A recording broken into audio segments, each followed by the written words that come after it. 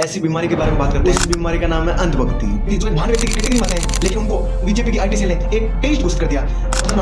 मैं भी नहीं मानता। अंधभक्ति इस चरम सीमा पर पहुंच चुके हैं कि उनको ये नहीं पता गलत क्या है। इन्होंने बच्चों की शिक्षा की बात की, जो लिए टेंट नया जिसमें ठंड होती बहुत ज्यादा, जिससे क्या ठंड ना लगे। 4 स्टूडेंट के लिए और जैसे लिए फूड सिक्योरिटी के लिए। और सोनम वांगचुक क्या 6 साल से शांतिपूर्ण प्रोटेस्ट कर रहे हैं, शामिल होना है। ये इस्लामाबाद में जाते हैं। क्यों जाते हैं? क्योंकि किसान आंदोलन हुआ था, उसमें इन्होंने खालिस्तान बोल दिया। सोनम वांगचुक जब बीजेपी के साथ था तो सही था, और अटल बिहारी वाजपेयी जी ने नमस्कार दोस्तों, आज ऐसी बीमारी के बारे में बात करते हैं जिसका बीमारी का सॉल्यूशन बहुत रेयर है। उस बीमारी का नाम है अंधभक्ति। अंधभक्ति इस चरम सीमा पर पहुंच चुकी है कि उनको ये नहीं पता गलत क्या है सही क्या है। मतलब कि उनकी आईटी सेल बीजेपी की जो बता देती है कि ये है तो वो वही मानते हैं। उन्हें बाकी कुछ मतलब नहीं, उन्हें पढ़ाई से मतलब नहीं, उन्हें कोई फैक्चुअल बात से नहीं पता, उन्हें बैकग्राउंड नहीं पता, उन्हें ये नहीं पता कि क्या सही है क्या गलत है। बस उनकी आईटी सेल ने ये बता दिया ये सही है तो वो सही है। तो आज हम बात करते हैं सोनम वांगचुक के बारे में। एक ऐसे मात्र व्यक्ति जो एक महान व्यक्ति की कैटेगरी में आते हैं, लेकिन उनको बीजेपी की आईटी सेल ने एक टेररिस्ट घोषित कर दिया। अब कुछ अंधभक्तों का कहना है इन्हें फंडिंग मिलती है पाकिस्तान से, ये पाकिस्तान गए हैं, ये तो एंटी टेररिस्ट है। अरे भाई साहब, आपको कुछ पता है क्या? चलो पहले आपको मैं इनके बारे में बता देता हूँ ये कौन है। सोनम वांगचुक का जन्म लेह लद्दाख में हुआ है, और इन्होंने वहाँ की एजुकेशन के बारे में बात की है। वहाँ पे इन्होंने बच्चों की शिक्षा की बात की, और वहाँ ने उन्होंने शिक्षा सेंटर भी बनाया, ठीक है, बच्चों के लिए। और सेकंड इन्होंने ये काम किया है, सेना के लिए एक टेंट बनाया है जिसमें जो ठंड होती है बहुत ज़्यादा, जिससे क्या हो कि ठंड ना लगे।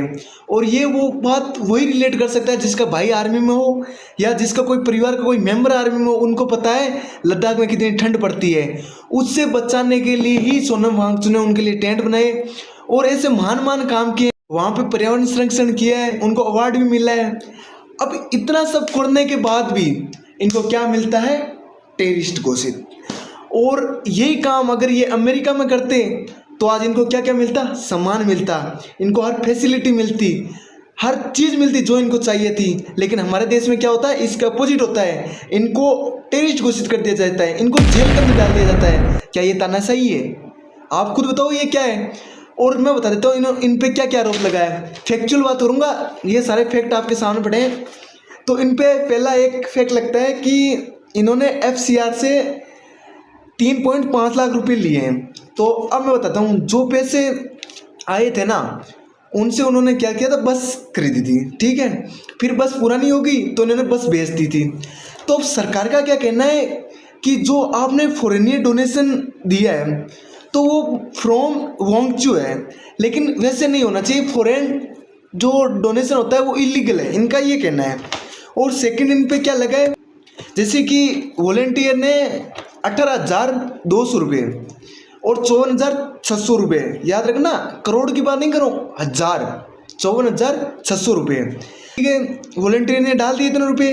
अब क्या कि एक्सीडेंटली FCR के अकाउंट में चले गए, जबकि उनको डालना था लोकल अकाउंट में, लेकिन FCR में चले गए, ठीक है। तीसरा इन पे आरोप लगा है कि जो डोनर है ना उसने फूड वेस्ट के लिए पैसे दिए थे। अब लॉकडाउन लग गए तो फूड आया नहीं, तो पैसे वापस रिफंड हो गए। तो सरकार कहती है कि आप फॉरेनियर जो काउंट्रियंसन है उनको आप रिफंड नहीं कर सकते, ठीक है। फिर उनको जेल डाल दिया।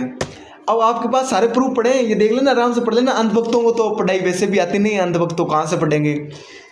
तो अंधभक्तों को तो बस आईटी सेल दिखा दो, ये भाई ये वो है, पापा ये हमारे, ये वो है। अरे भाई फैक्ट तो पढ़े कम से कम।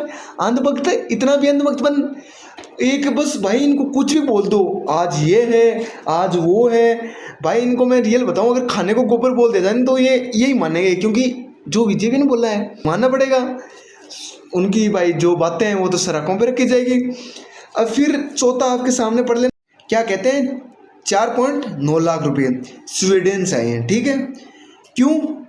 डोनर ने पैसे दिए वर्कशॉप के लिए, यूथ माइग्रेशन के लिए, ऑर्गेनाइजेशन के लिए, फूड सिक्योरिटी के लिए, ठीक है, और सोवरेन के लिए, ठीक है। सरकार क्या बोलती है कि आप सोवरेन के खिलाफ काम कर रहे हो, आप फॉरेन से पैसे नहीं ले सकते। तो इन पे ये आरोप लगा गया है।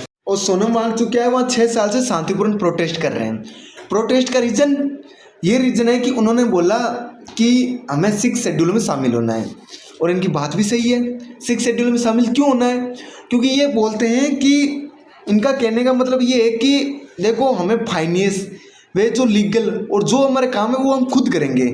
अब क्या है कि सेंटर से फाइनेंस आती है इनको, तो इनसे ज़्यादा इनको मिलती नहीं, पर लेह लद्दाख को डेवलप करना है और ये सीमावर्ती क्षेत्र भी है, तो इनको खुद का चाहिए। ये इनकी एक मांग। सेकंड मांग इनकी ये है कि लेह लद्दाख में पढ़े हुए लोग ज़्यादा हैं, तो इनको पब्लिक सर्विस कमीशन चाहिए, जिससे ये खुद के कानून सेट कर सके, जो कानून है वो लागू कर सकते हैं और बच्चों के एजुकेशन पे ध्यान दे सकें। ये इनकी मांग है, और ये मांग सरकार आराम से पूरी कर सकती है। ये ज़्यादा बेकार मांग नहीं है। ये कोई भाई कौन सी मांग, आप खुद बता दो सही मांग है या नहीं है। ये एकदम सही मांग है, ठीक है। अब मोदी का प्रोपेगेंडा चालू हो जाता है। प्रोपेगेंडा चालू कैसे होता है कि एंटी, ये तो भाई देश के खिलाफ काम कर रहे हैं, इनको बाहर से फंडिंग मिल रही है। ये पाकिस्तान क्यों गए? अब मैं आपको बताता हूँ ये पाकिस्तान क्यों गए। ये इस्लामाबाद में जाते हैं। क्यों जाते हैं? क्योंकि संयुक्त राष्ट्र संघ की वहाँ मीटिंग होती है, जिसमें पाकिस्तान की जो एयर पोल्यूशन है उस पर बात होती है। तो वहाँ पे ये मोदी जी के नारे भी लगाते हैं और मोदी जी की तारीफ भी करते हैं। आपको मैं वीडियो देख लेना, आराम से वीडियो मिल जाएगी, सर्च कर लेना इनके बारे में, ठीक है। संयुक्त राष्ट्र संघ की जो मीटिंग है पूरे प्रूफ पड़े हैं, वहाँ सर्च कर लेना आप। वहाँ पे मोदी जी की तारीफ करते हैं। जब धारा 300 हमारी 70 हटी थी, तब यूटी बना था, तब भी इन्होंने तारीफ की थी। इनको लगा कि हमें अपना अधिकार मिलेगा, पर ऐसा कुछ नहीं हुआ। तो अब ये बात तो सोनम वांगचुक की थी, पर अब मैं बताता हूँ आपको बात क्या क्या होती है। देश में हमारे क्या चल रहा है।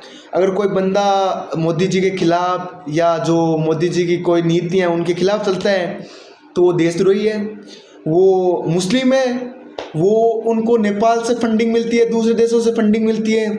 ये हमारे देश की तानाशाही है। और हमारे देश में पुरखों से, पूर्वजों से ये कहावत चली आई है कि अगर कोई बेईमान होता है तो उसके खिलाफ आवाज़ उठानी चाहिए। ये हमारा हक है, फंडामेंटल राइट्स है कि हमें धरना दे सकते हैं हम शांतिपूर्ण। अब कोई बोलेंगे वहाँ पे तो इन्होंने शांतिपूर्ण धरना दिए नहीं, भड़का दिया। 6 साल से शांतिपूर्ण बैठे थे, और जैसे ही वहाँ पे हिंसा भड़की थी तो इन्होंने खुद ने उसकी निंदा की थी। ये बोला था ये सही नहीं है, इनका उनका कोई हाथ नहीं है इसमें।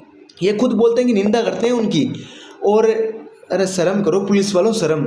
4 को मार दिया था, डाइट चेस्ट पे और हेड पे गोलियां चलाई है, चारों पे। और उनमें से एक आर्मी मैन था और एक आर्मी मैन का बेटा था। अब उस पे तो देश कुछ बोलेगा नहीं। आर्मी किस लिए भाई? देश के लिए है। उन पे आपने फायरिंग की, शर्म कर लो थोड़ी सी तो। उनका एक बेटा है, उस पर आपने फायरिंग कर दी थी। मतलब कि कोई मांग उठाए तो उस पर फायरिंग कर दो, उसके बाद वो भड़का है। पहले नहीं भड़का है, ये आराम से देख लेना। उसके बाद वो हिंसा भड़की है। और देश में इतना कि मतलब कि अंधभक्त इस प्रकार छा रहे हैं कि कोई देश के, अगर देश में कोई गलत है उसके खिलाफ बोलता है तो वो गलत हो जाता है, वो देशद्रोही है, वो पाकिस्तानी है, उसको दूसरे देशों से फंडिंग मिलती है। भाई क्या ये सही है? एक चीज़ मुझे इतना बता दो आप कि अगर ये सही है तो सिर्फ मोदी जी की वाह वाह करो, मतलब मोदी जी कुछ गलत करे तो वाह वाह करो।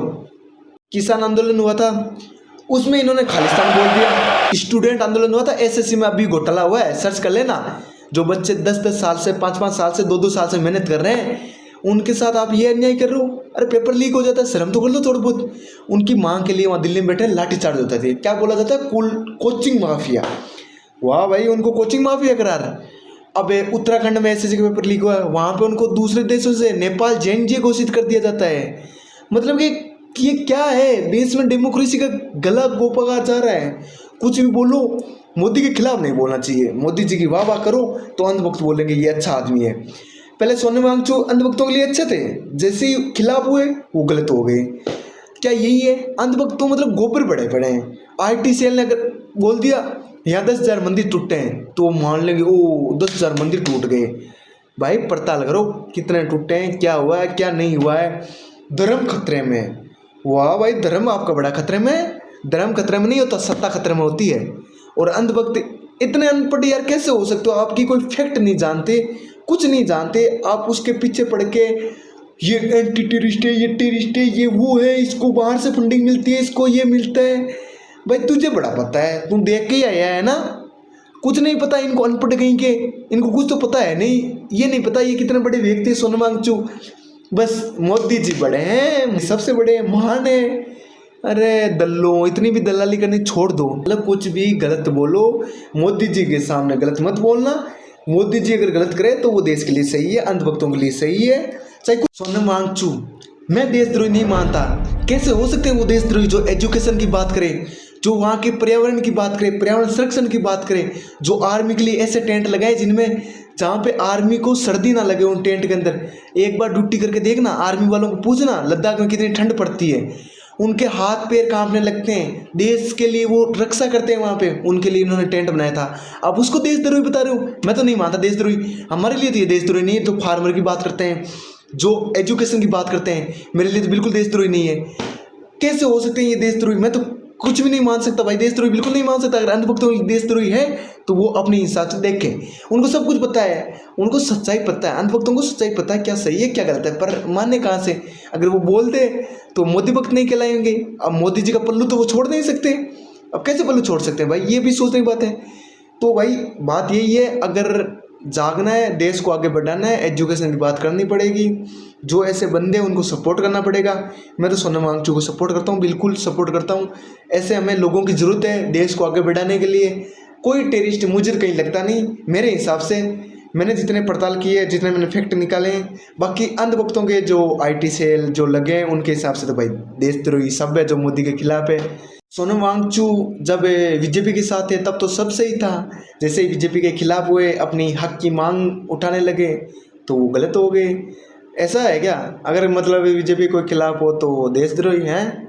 और अंधभक्तों कुछ तो देखा करो, ऐसे तो इतना भी अंधभगना मत किया करो कि जो रील देखे वो डाल दो। कुछ नहीं पता, रील आई भेज दो, आगे रील आई भेज दो।